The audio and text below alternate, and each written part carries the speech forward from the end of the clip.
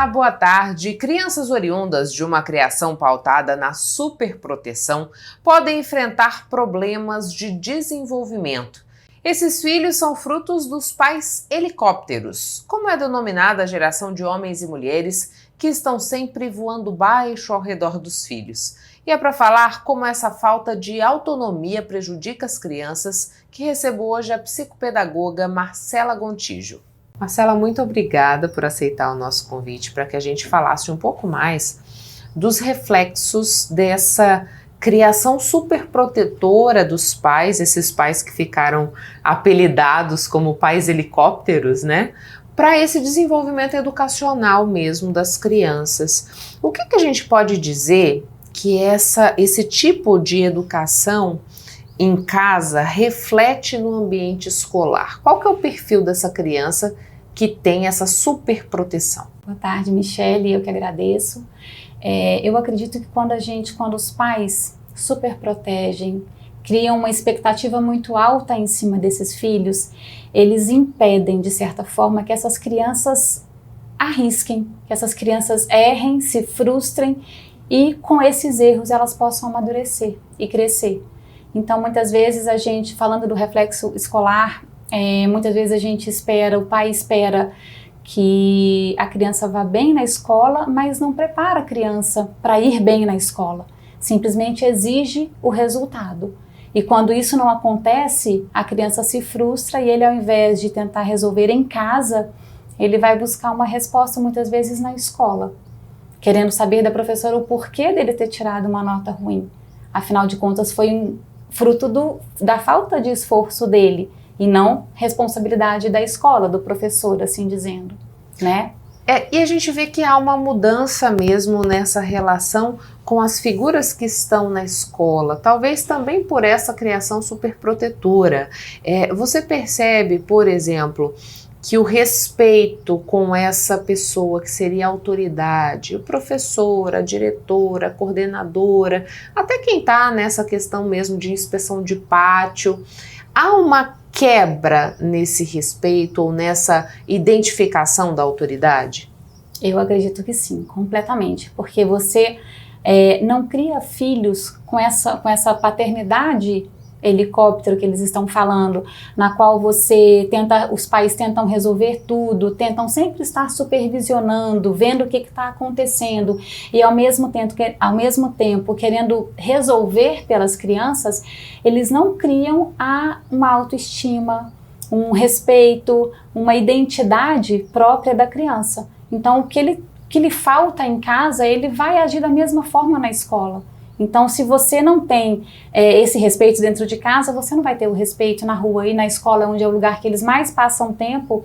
A gente consegue perceber exatamente como eles não estão mantendo esse respeito com as autoridades. Essa tentativa de evitar, porque assim, se a gente for pensar numa educação superprotetora, é uma tentativa de evitar que essa criança se frustre ou que ela sofra de alguma maneira, e você bem disse pra gente, né? Se eu impeço essa vivência que é natural da vida, essa criança ela não vai conseguir lidar com determinadas situações, inclusive depois de adulta, porque a gente sabe que a formação está na infância, né, desse indivíduo. Como fica o convívio com os colegas, Marcela? Porque eu acho que isso também é um desafio, né? Sim, bastante. Como os pais têm acredito, né? Como os pais muitas vezes criam achando que as crianças não são capazes, eu acho que a palavra certa é essa. Os pais não acreditam na capacidade das crianças. Esquecem que eles precisam passar por esses problemas, por essas questões na infância, para que possam crescer, para que possam conseguir, para que tenham capacidade de conviver lá fora a partir das experiências de dentro de casa. E se as crianças não estão experienciando isso em casa, como esperar isso? De uma relação na escola, de uma briga que eles não conseguem resolver na escola, chega em casa com o filho reclama que teve uma briga com o coleguinha, o que a mãe vai fazer? Vai pro WhatsApp e resolver com a mãe da outra criança, ao invés de tentar explicar para ela que faz parte. Briga de criança acontece hoje, amanhã eles estão de bem, sorrindo, dando abraço novamente. Então, ao invés de deixar a criança resolver, criar seus vínculos, eles querem tentar resolver tudo por eles, pelas crianças. E aí é contraditório, né? Porque você disse assim, não há uma confiança na capacidade da criança, mas ao mesmo tempo eu quero um super filho. Sim, sim. Que entregue os melhores resultados, que tenha a melhor performance. E muitas vezes, Michele, eu acho que a vida é pedagógica, a vida sempre está nos ensinando. E como você falou, faz parte da nossa vida, do nosso crescimento, a gente passar por frustrações. Passar por momentos que a gente vai cair, se machucar, levanta, sacode o joelho, limpa o machucado e bola para frente. Hoje em dia, nem isso, eu não vou colocar as famílias porque não é todo mundo, mas hoje em dia muitos pais, como os pais helicópteros, não deixam as crianças irem para o parquinho. Vai machucar, vai cair, você não vê mais criança com gesso no braço, perna machucada, rosto ralado, porque as crianças não arriscam mais, as crianças não estão sendo preparadas para se machucar, se frustrar, decepcionar com essas pequenas vivências infantis, para que possam, na adolescência e vida adulta, poderem resolver os seus problemas da melhor forma possível. O pai antes, quando na nossa época, íamos para o parquinho, mãe ficava ali de olho, olhava para a gente, com um simples olhar a gente sabia o que podia, o que não podia. Hoje em dia eles não dão uma oportunidade para as crianças fazerem isso, para as crianças crescerem e se tornarem realmente protagonistas das suas atitudes, das suas emoções. São sempre cortadas, não conseguem pensar por si sós. E isso tem acarretado em problemas mentais. Sim. Número de alunos ansiosos, depressivos. Não se fala em outra coisa. Essas crianças que não têm essa autoestima bem desenvolvida, a capacidade de autorregulação emocional, entender que eu tenho o sentimento que o outro também tem, que hoje eu estou chateada, mas amanhã eu tenho condições de mudar essa minha característica, esse meu sentimento. Os pais não querem, não fazem isso, Michele, não é porque querem errar. Eu sei que está faltando preparo para esses pais. Está faltando eles enxergarem que as crianças, como eu falei no início, eles são capazes. A gente só não precisa ficar fazendo tudo por eles. Levanta esse helicóptero, vai embora com esse helicóptero, porque eles dão conta, nós demos contas disso até hoje. Então, assim, acreditar nessas crianças para que eles possam ter uma saúde física e mental mais saudável. Saúde saudável é meio redundante. Mas que eles possam ter a saúde mental e física preservadas. A gente não pode esperar, como você falou, como nós falamos, a gente não pode querer resultados diferentes agindo da mesma forma, que está dando erro, desde quando eram pais superprotetores, desde quando falávamos em inversão de valores, as crianças mandando dentro de casa, a gente ainda tem isso. Então, assim, é triste, é preocupante a gente pensar num ciclo, que a vida da gente é cíclica, numa quase idade média que a gente está vivendo, me entende? De problemas assim emocionais e físicos gerados por nós mesmos. Porque muitas vezes, repito, não é por vontade, não é por querer fazer errado, mas por falta de se instruir, não estão deixando as crianças experienciarem a vida. Talvez também de uma perspectiva de vivências que tiveram e na tentativa de preservar essas crianças erraram na dose. Sim, ou exagero. Então, ou então de fornecer uma realidade que não foi a realidade vivenciada por eles.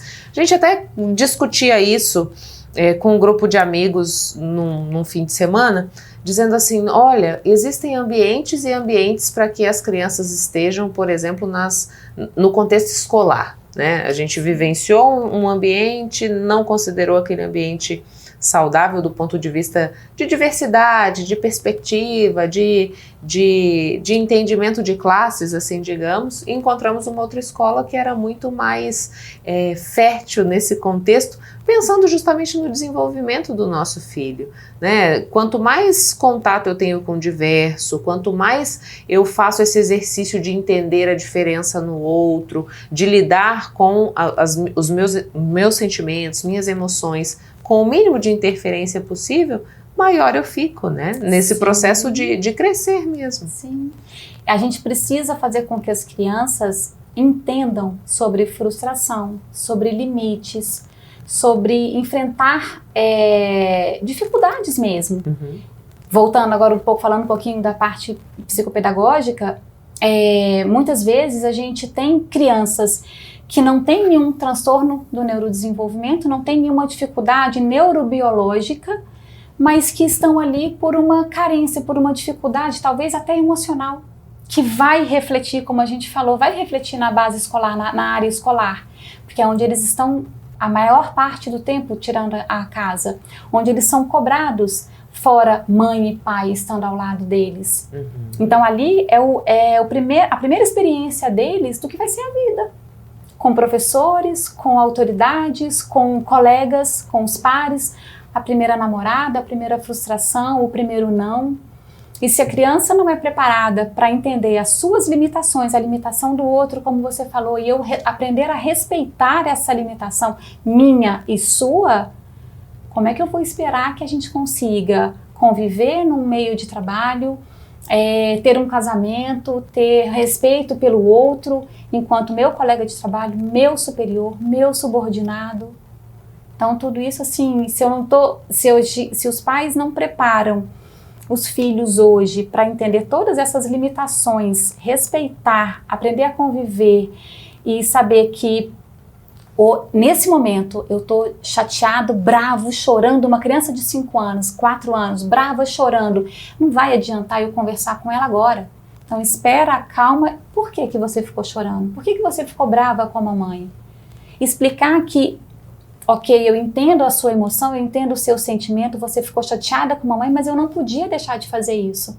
Colocando que, embora ele esteja chateado, bravo, eu preciso fazer certas coisas que, independente da sua chateação ou não, eu vou fazer.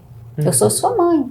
Então, colocar limites, colocar responsabilidades para essas crianças que hoje em dia poucas têm, são questões importantes para que a gente dê autonomia, independência para essa criança, para esse jovem e adulto que um dia vai virar. E pensando até num contexto de saúde também, né, Marcela? A gente está falando de saúde mental, de saúde física, de saúde emocional. É preciso que a gente repense urgentemente a forma como essas crianças estão sendo educadas. Sim. Agora, uma outra coisa que eu queria te questionar é porque, assim, vira e mexe, a gente vê no contexto escolar casos de violência, seja ela violência física, psicológica. Hoje, com o advento da inteligência artificial, vemos casos, por exemplo, de colegas que expõem outros com a criação de falsas imagens e distribuição dessas falsas imagens, que causa também um impacto considerável na nossa saúde mental. A gente pode dizer que esse contexto violento, de alguma maneira, também decorre desse tipo de criação? Qual que é a sua avaliação? Michele, eu acho que sim. Uhum. Eu não descarto, não digo que totalmente, mas não descarto parcela de culpa. Uhum.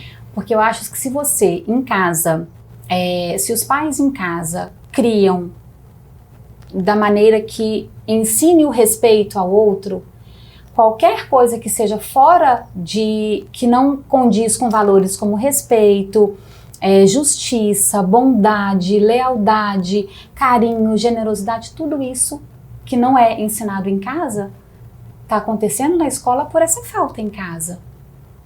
Então, aí falando para além um pouco dos pais helicópteros, é uma questão de valores, que eu acredito que se não tem uma base familiar sólida em cima desses valores, a inteligência artificial, assim como qualquer outra ferramenta que a gente tem disponível para a gente, ela só vai destruir. Então, assim, se estão usando para fazer bullying, para disseminar mentira, imagem de uma coisa falsa, eu acho sim que parte disso, desses comportamentos, é falta de limite, de conversa em casa, de ensinar valores e respeito que cabe em qualquer lugar. Em casa, na rua, no trabalho, na escola, né? Eu acho que é bem por aí. Então a gente pode dizer, partindo da nossa conversa, que hoje estar numa escola, estar numa sala de aula é um desafio ainda maior para os profissionais e que a tendência, e a gente já vê isso, a tendência é que as pessoas cada vez menos se interessem pela profissão de ensinar, né? Viver uma carência desses profissionais. Sim, sem dúvida. A gente, na clínica eu vejo pouco porque eu trabalho sempre individualmente. Então, e o meu tempo é muito curto, são 50 minutos com cada criança ou adolescente. Mas eu venho da área acadêmica, eu fui professora há muito tempo, e hoje eu vejo o quão difícil é da gente encontrar nas faculdades, inclusive, alunos que estejam engajados realmente, que queiram entrar para a sala de aula. É extremamente desafiador para os professores, uma vez que os pais cobram da escola uma responsabilidade que é deles em casa. Essa transferência, sim, né? É a questão assim de ser terceirizado. Escola muitas vezes está sendo o principal papel de educar, está sendo da escola. E a educação da escola é a educação de português, matemática, geografia, história, ciências, biologia, química e física e ponto. A educação de ter respeito pelo outro, desses valores que nós falamos anteriormente, isso é de casa. Então, se a gente não traz, se a criança não carrega isso de casa, se torna muito difícil, muito complicado para a escola conseguir gerir toda essa situação, todo esse contexto com essa diversidade tão grande. E poder cumprir com excelência o seu papel, né? Com o papel dela, que é de educar dentro das matérias, para passar um conteúdo programático pelo qual ela foi responsabilizada a fazer. Né? Meus parabéns pela sua dedicação. Obrigada. Muito obrigada. Obrigada. Pessoal, precisamos falar de um assunto sério que é a violência contra a mulher. Nós sabemos que os casos de violência doméstica são altos e é por isso que o governo de Mato Grosso lançou o movimento MT por Elas. Se você sofre qualquer tipo de violência física, sexual, psicológica, moral ou patrimonial, saiba que não está sozinha. O programa Ser Família Mulher lançou esse movimento para dar um basta à agressão de milhares de mulheres por todos os lugares. Não podemos mais ignorar gritos de dor e sofrimento. O governo de Mato Grosso está pronto para acolher qualquer mulher que está sofrendo algum tipo de violência. Denuncie 180. Em casos de emergência, ligue 190. Repetindo, denuncie 180. Em casos de emergência, ligue 190. Governo de Mato Grosso.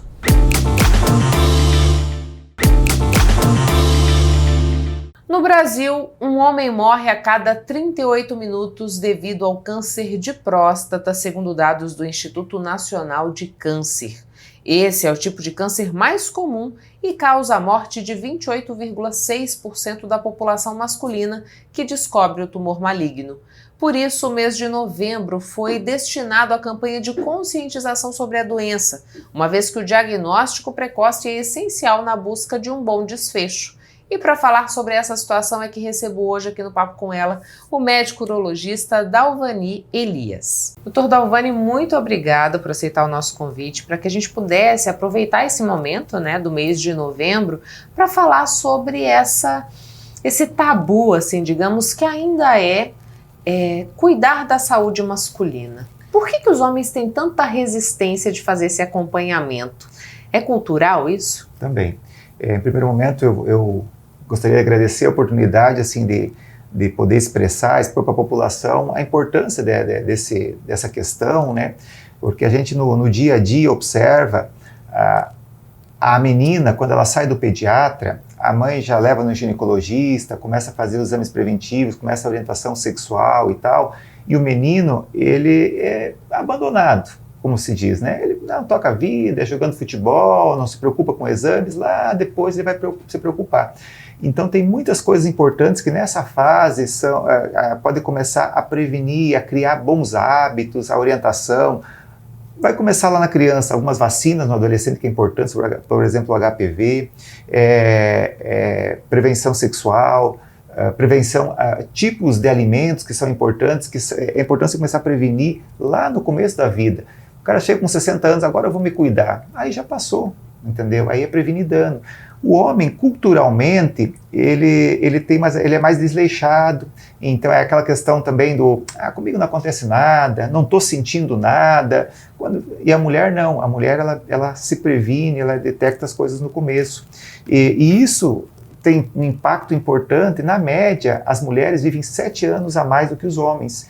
E esse é um dos fatores importantes, é a prevenção, o diagnóstico precoce. Então a mulher vai lá e se cuida, o homem não. Ele só vai quando está sentindo problema. O câncer de próstata, principalmente, ele tem uma característica que na fase inicial ele é assintomático, completamente assintomático. E nessa fase a chance de cura é 90%. 90% de chance de cura, apesar de ser um câncer maligno. É o câncer que mais mata o homem no mundo, é o câncer de próstata. Na fase inicial, 90% cura. Então, assim, é uma doença prevenível, é uma morte prevenível com diagnóstico precoce, né? A tendência é que isso vá mudando, já começou a mudar. Tem mais campanhas, inclusive a Sociedade Brasileira de Urologia, alguns anos atrás, criou um núcleo político para trabalhar em Brasília, conscientizar primeiro os políticos e tal, que é importante essas campanhas. Então isso vem mudando, já desde o câncer de próstata, o câncer de pênis, o câncer de rim, tem várias campanhas durante o ano, e então os homens começaram a se cuidar mais, mas ainda a diferença é muito grande, né? Muito grande. Quando o senhor disse que os homens começaram a se cuidar mais, isso a gente está pensando nessa população mais idosa, ou que já está nessa meia-idade, ou nessa população mais jovem? Na verdade, a população que eu percebo na prática é a população de meia-idade. É aquele homem de 30 a 45 anos, ele antes dos 40 anos já está vindo consultar. Ele é um paciente mais esclarecido, que lê mais, estuda mais. O paciente mais idoso, que o câncer de próstata vai fazer o diagnóstico, ele geralmente vem trazido por um familiar quando ele já está com queixa. Está urinando mal, sangrou a urina, trancou a urina, aí o filho, o neto traz ele para consultar. Então o que se analisa, provavelmente nas próximas décadas, deve-se ter muito mais diagnóstico precoce. Por quê? Porque o homem mais jovem, ele está se preocupando mais, a gente percebe desde a estética, ele está se cuidando mais da estética, o homem está fazendo botox, ele está cuidando mais da sua saúde, né? E eu acredito que isso pelas campanhas que vem ocorrendo na mídia, Instagram, hoje em dia tem muito mais acesso à informação. E o preconceito também diminuiu muito, né? Desde a questão do exame da próstata, o exame dói, o homem fazer exame de toque. Eu sempre falo para o paciente, a sua esposa vai lá, faz o exame da mama, o exame do colo do útero, o homem tem que fazer o exame da próstata. É um exame, demora 1 minuto, não tem dor nenhuma, não precisa preparo nenhum e pode salvar uma vida. Eu tenho um exemplo muito interessante disso. Eu tenho a questão do toque retal, que é a preocupação do homem, chega assim, doutor, eu não tenho nada, eu não quero fazer aquele exame. Já chego assim no consultório, minha mulher me fez eu vir aí, eu quero fazer uma exame, o toque eu não quero fazer. E chega e fala assim, eu atendi um paciente que fazia 15 anos que ele acompanhava com o seu médico e ele nunca fez um exame de toque, nunca fez. Disse, doutor, ele pede ultrassom, o PSA dele é normalzinho, 1,58, normal até 4, paciente com mais de 60 anos. Aí eu disse, olha, o certo, eu não conheço o senhor, vamos fazer um exame de toque para ele poder explicar para o senhor, tem uma base, como é que está a situação aí, né? Então, ele concordou. No toque tinha um nódulo na próstata. Faz 2 semanas que eu operei ele com câncer de próstata. Foi feito biópsia, diagnóstico. Ele disse para mim, doutor, foi Deus que me mandou aqui. E foi um diagnóstico precoce? Diagnóstico precoce e o PSA normal. Então, 20%. Então, aquela história, vamos fazer só o exame de sangue. Não é assim.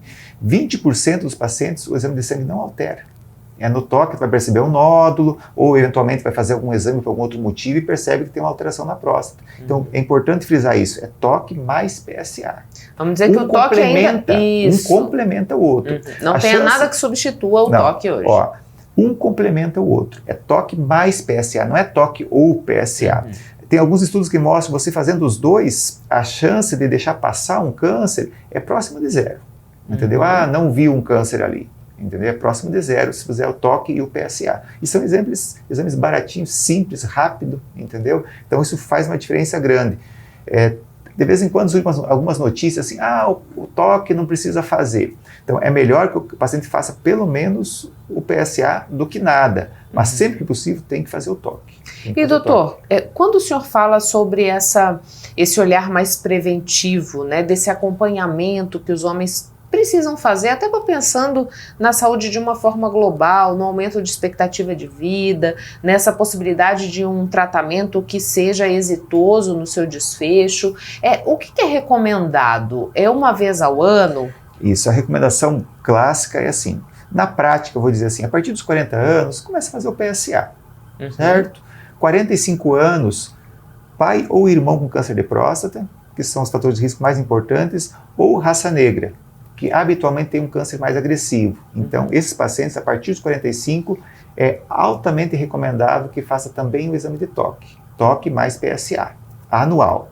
Se deu tudo normal, anual. Toque normal, PSA normalzinho, anual. Os demais pacientes, a partir dos 50, fazer o toque também. Tá?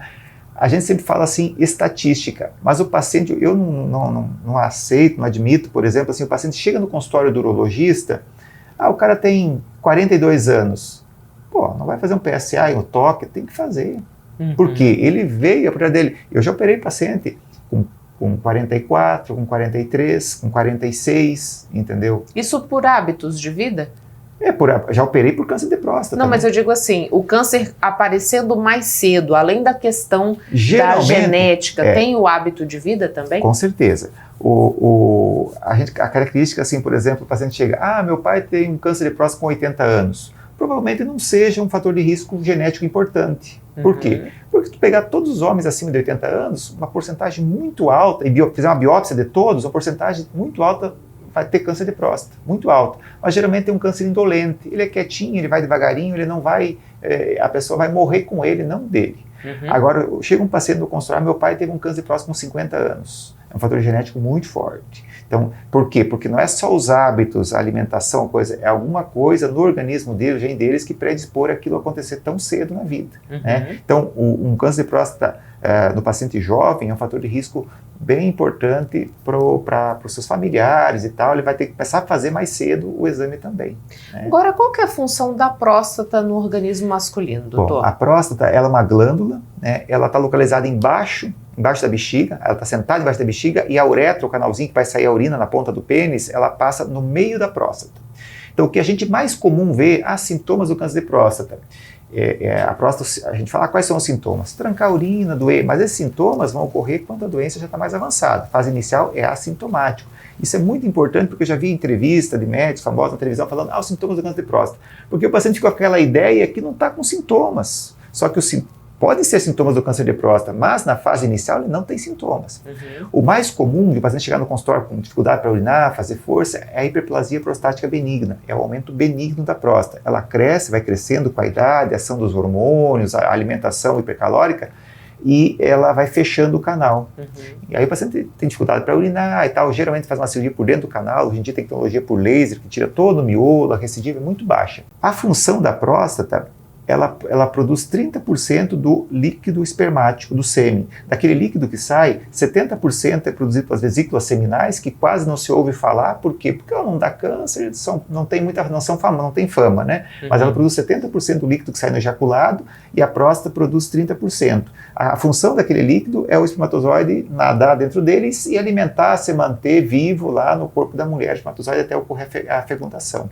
Então essa é a função da próstata. Né? O PSA que se fala é uma proteína que é produzida na próstata, ela é exclusiva da próstata, tanto que quando faz a próstata radical ele fica 000 alguma coisa, praticamente indetectável, e ele tem a função de desmanchar a proteína do sêmen, ficar aquele líquido mais fluido com o passar do tempo. Né? E aí a gente se usa, quando tem um câncer, a próstata normal produz PSA também, geralmente em pouca quantidade. E quando tem um câncer, ele desestrutura as células do local, na região ali, são células que começam a crescer desordenadamente e elas rompem as barreiras e libera mais PSA na circulação sanguínea. Por isso que a maioria dos pacientes detecta o PSA no sangue.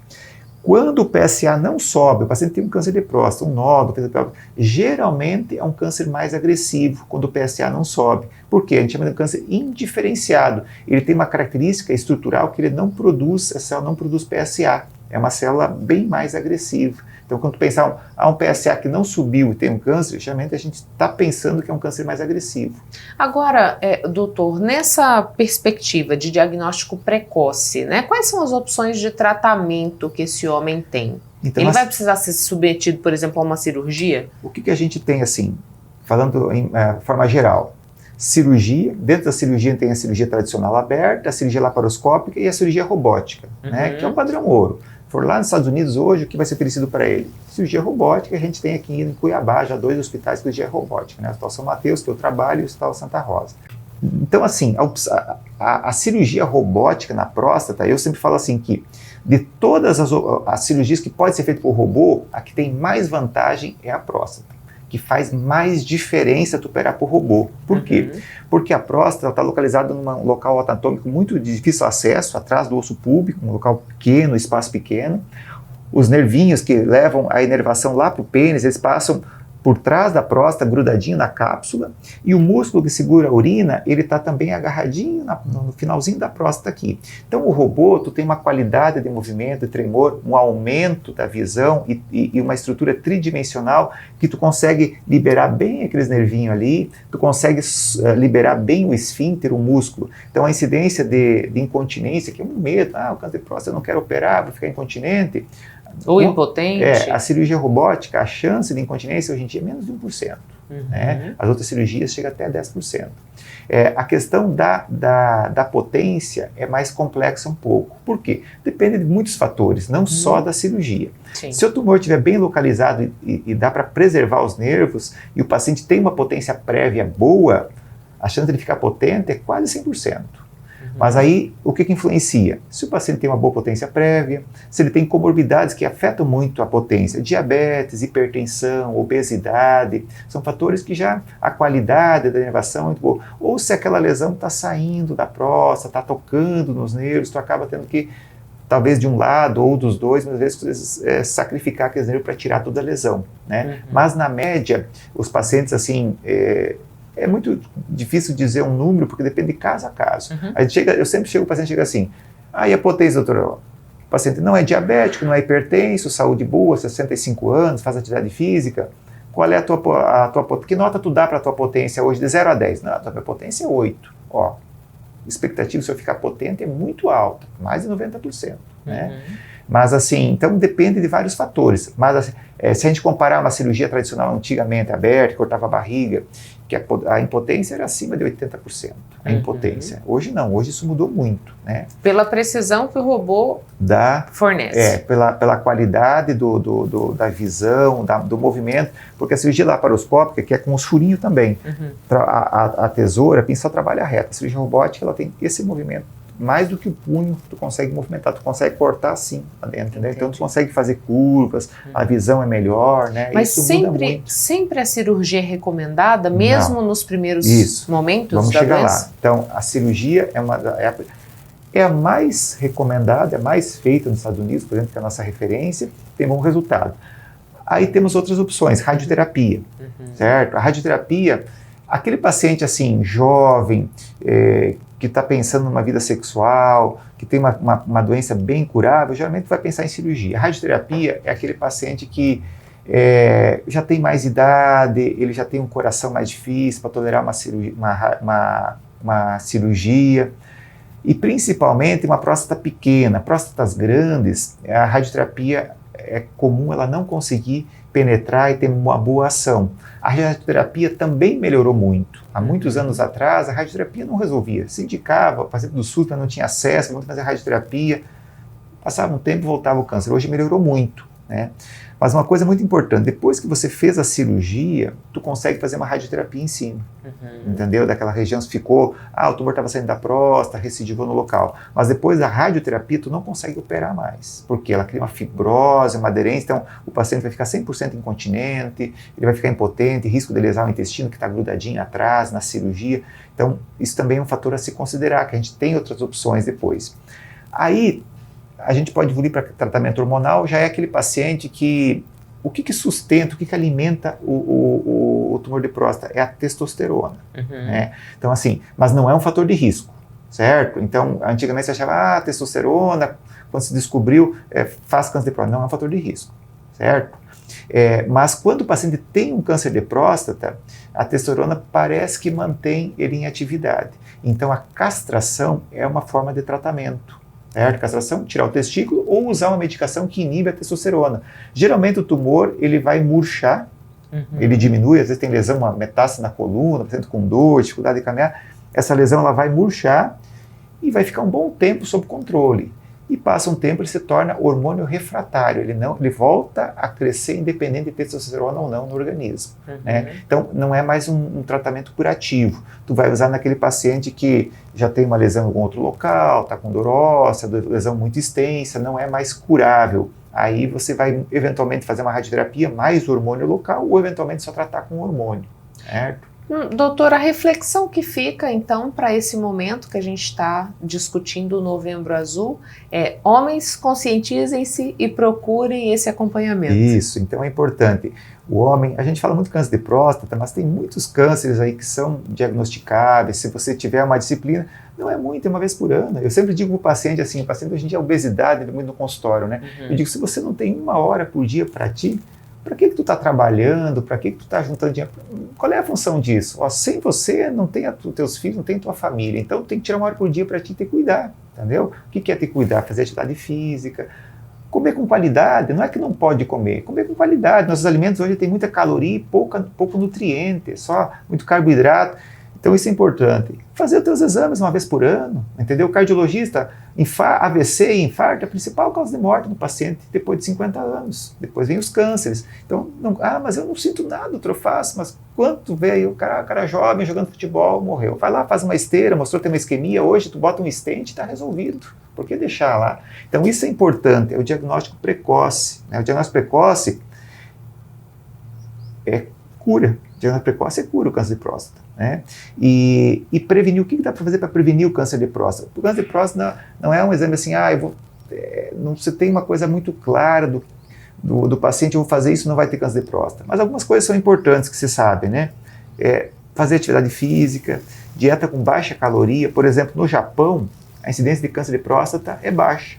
Quando os japoneses vão morar nos Estados Unidos, 20, 30 anos depois, é igual aos americanos. Por quê? Incorporar os costumes locais. Então a gente sabe que o costume de dieta hipercalórica é um fator de risco importante. No Japão, tu vê uma propaganda na televisão, tu não vê obeso, tudo magrinho. Então nos Estados Unidos é o contrário, fast food, muita caloria. Então é um fator importante a qualidade da alimentação, manter o peso adequado, atividade física. Tem várias coisas interessantes. Parece que o açafrão da terra previne câncer de próstata, previne demência, Alzheimer. Eu sempre recomendo os pacientes usar. É uma coisa a mais. A romã é um alimento, muitos estudos mostram que ela tem proteção antioxidante. O vinho é o famoso, mas a romã é 3 vezes melhor que o vinho como antioxidante. Né?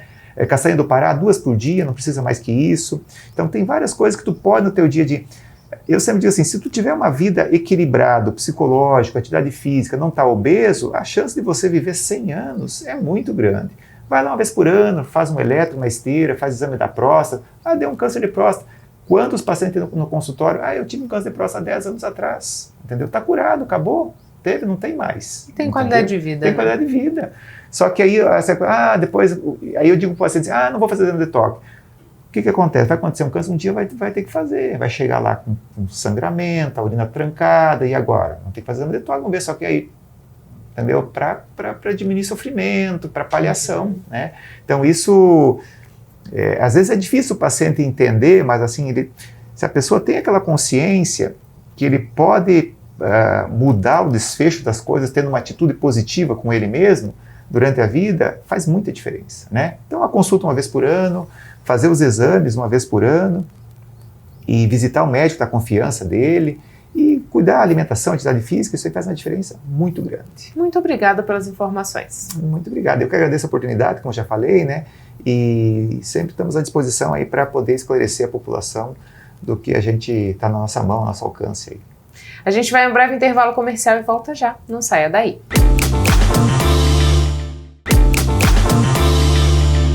Sabe todo esse conteúdo que a gente produz aqui no Papo com Ela? Ele fica disponível também no YouTube para você ver e rever sempre que quiser. Para isso, eu te faço um convite. Venha fazer parte do nosso canal. Você ainda não está inscrito ou inscrita no YouTube? Então fica o meu pedido, inscreva-se, porque assim você não perde nenhum assunto do Papo. O empreendedorismo no mundo da beleza tem sido uma saída poderosa para mulheres que buscam independência e realização. Para essas mulheres, abrir ou trabalhar em um salão é mais do que um emprego, é criar um espaço acolhedor no qual a cliente se sinta valorizada e motivada a seguir em frente. Desde a adolescência, Pamela Menezes aprendeu sobre o ramo da beleza, ajudando sua mãe e sua tia no salão.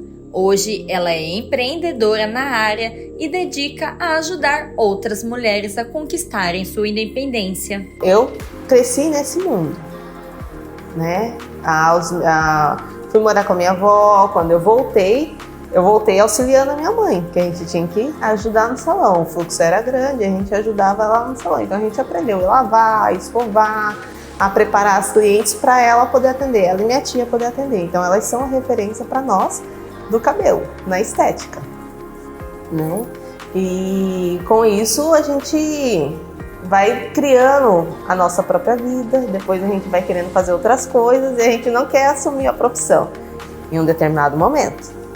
Depois desse determinado momento a gente precisa assumir, porque é o único lugar onde a gente pode criar nossos filhos do nosso lado, ter uma renda extra, ter liberdade de horário, flexibilidade, quando a gente vai aprendendo essas coisas. Após enfrentar momentos difíceis em sua vida, Pamela decidiu doar seu tempo e começou a dar aulas voluntárias no ramo da beleza. Eu entrei num período muito difícil da minha vida, foi quando houve a perda do meu esposo. Eu precisava doar o que eu tinha de melhor dentro de mim. E como que eu ajudo as pessoas a doar o que eu tenho de melhor? Eu dou aquilo que eu tenho. Aquilo que eu faço com carinho, aquilo que eu faço com respeito. Então eu formei 3 turmas na Seara, fui acolhida pela Dona Elione, pelo pessoal da casa, tenho muitos amigos na casa e respeito todos, com todo o seu carinho. Aí eu tenho uma amiga, que eu falo que tem uma mãe de coração, que ela topa minhas paradas. Tudo que eu falo pra ela, ela fala assim, bora fazer, ela topa. Como é que você dá aula? Ou você dá aula de noite para quem trabalha, ou você dá aula aos finais de semana. Geralmente eu não podia dar aos finais de semana, eu poderia dar o meu domingo. Então todos os domingos, durante uma vez por semana, eu ia dar aula. Eu tive a primeira turma, que foi maravilhosa, a segunda turma também, e a minha terceira. A minha segunda turma está dando aula daquilo que eles aprenderam e já estão divulgando o seu trabalho, já estão semeando aquilo que aprenderam. Pamela destaca que o setor oferece oportunidade para todos que desejam empreender, sendo um mercado amplo e com espaço para todos. O ramo da área da beleza é um ramo que ele não para. Ele é um ramo que toda hora está se inovando, ele tem, o sol brilha para todo mundo nesse ramo. Basta fazer tudo bem feito, com carinho, com responsabilidade e respeito. Esse é um fator, acho que em toda a área de trabalho isso é válido. Mas ninguém fica sem arrumar um cabelo. Ninguém fica sem cortar. A gente tem necessidade de se sentir bem. Às vezes eu não vou pintar minha unha, mas só de eu tirar a cutícula e ver que ela tá tiradinha, eu já fico feliz. Porque isso é higiene pessoal. Isso mentalmente, isso pra gente motiva a gente a fazer algo novo. Então, às vezes eu quero uma roupa nova, então eu vou lá visto uma roupa nova, mas isso muda o meu estado. Mas não deixa de ser um crescimento. Então não para. Ele é uma engrenagem que está sempre andando, ele está se inovando, ele está se reinventando e não falta trabalho.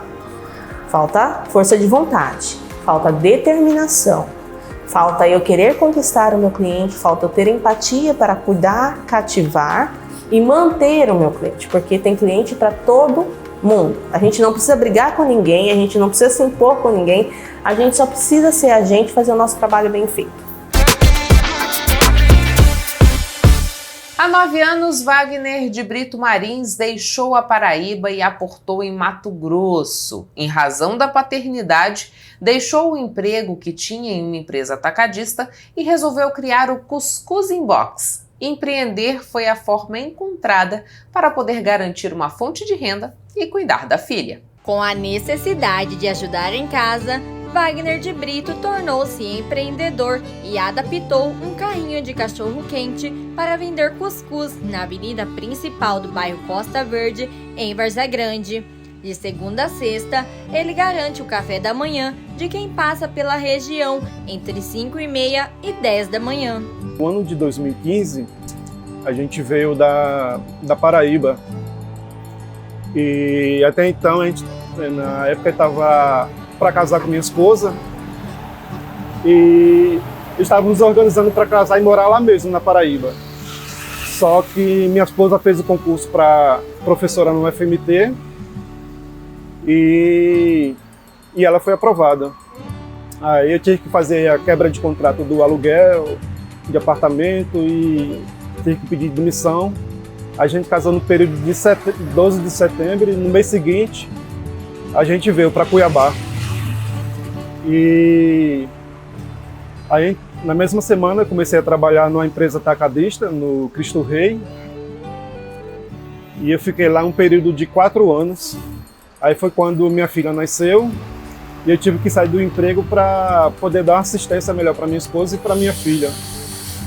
Como a gente não tem nenhum parentesco por aqui, aí a gente entrou no consenso e eu tive que sair do trabalho. Aí no ano seguinte foi quando surgiu a pandemia. Aí minha filha já estava crescendo e veio a necessidade de voltar a trabalhar.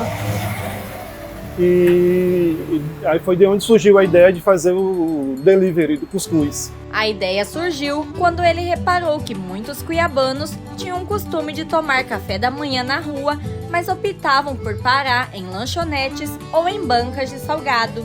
E eu pensei, se tem carrinho de espeto, açaí, por que não um carrinho de cuscuz? Aí fui pesquisar um carrinho que pudesse adaptar a minha necessidade.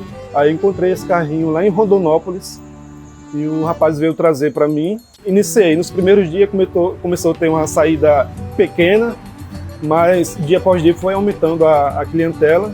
Aí durante a noite só funcionava um dia na Praça do Costa Verde, aqui do lado, e aqui de manhã eu fico de segunda a sexta, das 5h30 da manhã às 10 da manhã. Aí agora, como a demanda está grande, geralmente 8 horas já acaba tudo. Aí tem que fazer mais, preparar mais massa para poder estender mais um pouco, para atender a clientela. E para poder enganjar a culinária cuiabana, eu tive que pensar em qual recheio que eu ia poder trabalhar. Porque no caso, como o carrinho ele não comporta tantos sabores, aí eu pensei, o baguncinha tem um bacon, tem a calabresa e tem frango. Aí foi onde surgiu a ideia de implementar esses 3 sabores. E também o ovo também. No início, Wagner enfrentou desafios devido à cultura local, onde o costume de consumir lanches prevalece sobre opções como o cuscuz. Como o cuscuz ele é mais cultural, referente à culinária norte e nordeste, e aqui o pessoal tem um hábito muito de comer lanche, espetinhos, e logo de início essa foi a minha dificuldade, né, de implantar algo que é cultural no Nordeste e trazer para cá. Mas graças a Deus aqui também tem um público grande do nordestino, e com a divulgação o cuscuz está se adaptando à culinária cuiabana também.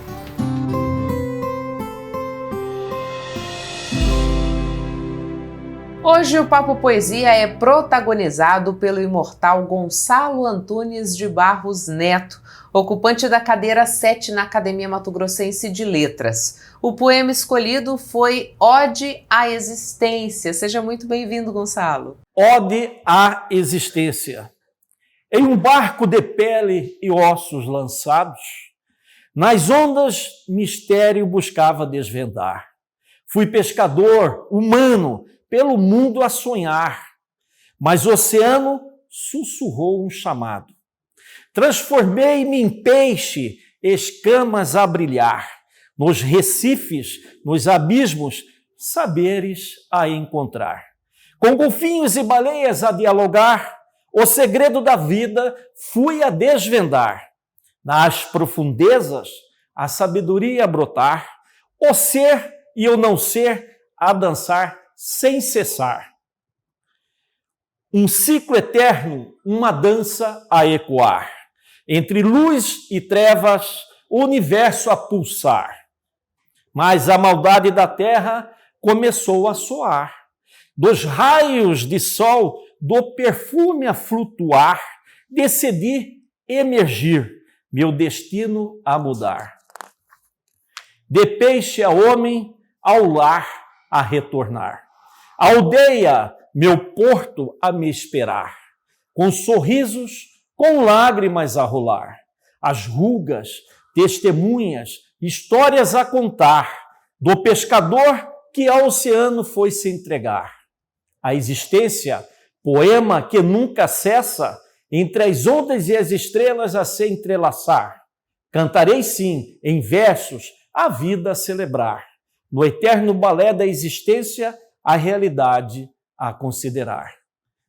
É por aí. Chegamos ao fim de mais uma edição do Papo com Ela. Eu agradeço a você que ficou comigo até este momento. É sempre uma honra poder contar com a sua companhia. Mas antes de ir embora, eu vou te fazer um pedido. Siga o Papo com Ela no Instagram, no Facebook, no TikTok. Se inscreva no nosso canal no YouTube. Lembrando que você pode mandar sugestão de assuntos que gostaria de ver aqui no Papo com Ela. Me conta. O que você gostaria que a gente abordasse aqui no programa? Para isso, você pode fazer contato através das nossas redes sociais e também pelo e-mail que aparece aí na tua tela. Eu aguardo a sua sugestão. Tenha uma excelente semana. Sexta que vem eu tô de volta e espero poder contar de novo com a sua companhia. Um beijo e até lá!